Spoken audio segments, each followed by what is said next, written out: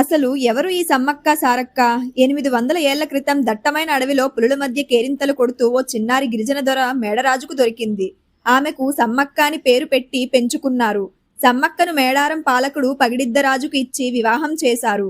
వీరికి సారలమ్మ, నాగులమ్మ, జంపన్న అనే 3 సంతానం కలిగారు. కాకతీయ రాజు ప్రతాపరుద్రుడి కాలంలో తీవ్ర కరువు వచ్చింది. ప్రజలు పన్ను కట్టలేకపోవడంతో కాకతీయ సైన్యం మేడారంపై దాడి చేసింది. అన్యాయానికి వ్యతిరేకంగా సమ్మక్క తన కుటుంబంతో కలిసి వీరోచితంగా పోరాడింది. ఈ యుద్ధంలో పగిడిద్దరాజు సారలమ్మ మరణించగా కుమారుడు జంపన్న వాగులో దూకి ప్రాణత్యాగం చేశాడు. గాయపడిన సమ్మక్క చిలుకల గుట్ట వైపు వెళ్లి అదృశ్యమైంది.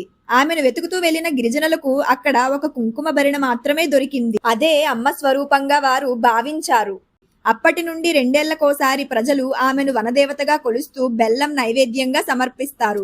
వీడియో నచ్చినట్లయితే లైక్ చేసి ఇలాంటి మరిన్ని ఇంట్రెస్టింగ్ వీడియోస్ కోసం మన అమృతధార ఛానల్ ని సబ్స్క్రైబ్ చేసుకోండి.